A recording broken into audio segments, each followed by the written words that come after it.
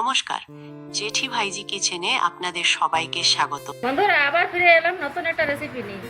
রেসিপিটা প্রথম থেকে শেষ পর্যন্ত আপনারা দেখুন। আজ আমরা বানাতে চলেছি ডিমের কারি। ডিমগুলো এক এক করে এবারে ভালো করে ছাড়িয়ে নেব।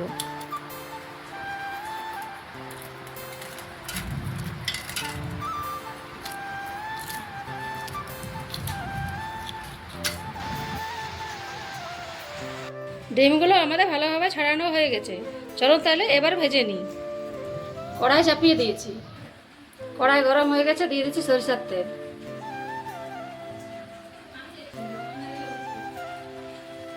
তেলের মধ্যে দিয়ে দিচ্ছি সামান্য পরিমাণে হলুদ গুঁড়া।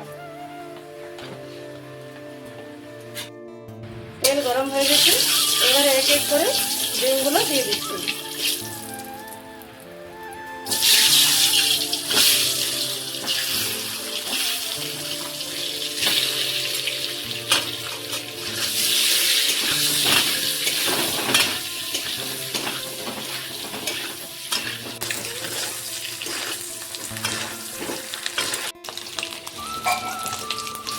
ডিমগুলো আমাদের লাল লাল করে ভাজা হয়ে গেছে, এবারে ডিমগুলোকে তুলে নিচ্ছি।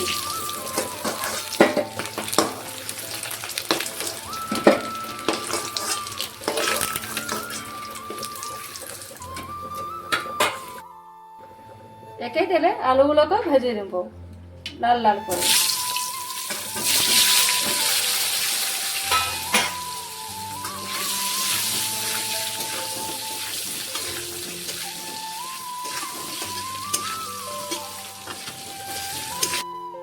আলুগুলো আমাদের লাল লাল করে ভাজা হয়ে গেছে, এবারে তুলে নিচ্ছি। আরো সামান্য কিছু সরষের তেল দিয়ে দিচ্ছি। ফোড়ন নিয়েছি জিরা, 5 ফোড়ন, শুকনো লঙ্কা। তেল গরম হয়ে গেছে, এবার ফোড়নগুলো দিয়ে দিচ্ছি। ফোড়নগুলো ভালো করে নেড়ে চেড়ে ভেজে নেব। ফোড়ন আমাদের ভালোভাবে ভাজা হয়ে গেছে, এবার কেটে রাখা পেঁয়াজগুলো দিয়ে দিচ্ছি।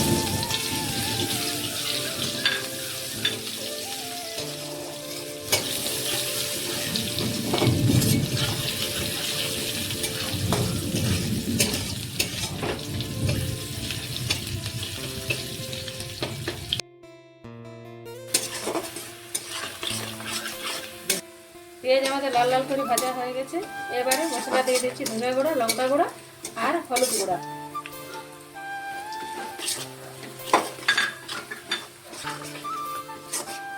সামান্য কিছু জলও দিয়ে দিচ্ছি।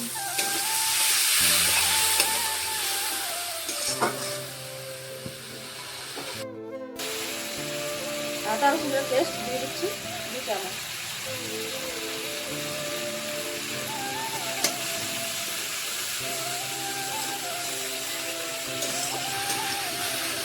মশলাটা ভালোভাবে কষিয়ে নেব।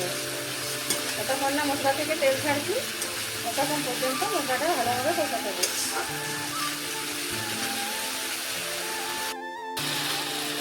এরপর কেটে রাখা টমেটোগুলো দিয়ে দিচ্ছি। সামান্য কিছু লবণ দিয়ে দিচ্ছি যাতে টমেটোগুলো ভালোভাবে সিদ্ধ হয়ে যায়।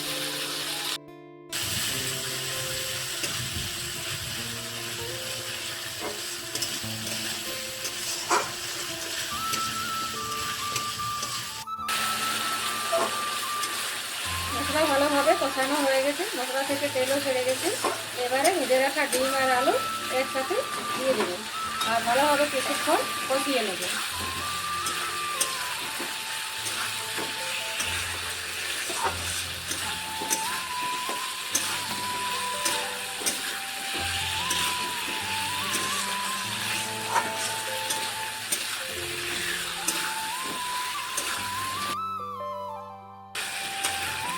এইভাবে কিন্তু আপনারা বাড়িতে বানিয়ে দেখবেন, খেতে কিন্তু খুব ভালো লাগে।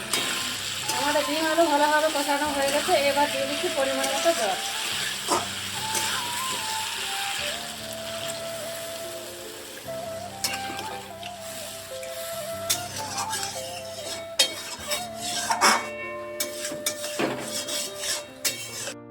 বন্ধুরা, আমাদের ডিমের কারি রেডি। আমাদের ভিডিওটা প্রথম থেকে শেষ পর্যন্ত আপনারা কিন্তু দেখবেন। ভিডিওটা লাইক কমেন্ট করতে কেউ ভুলবেন না।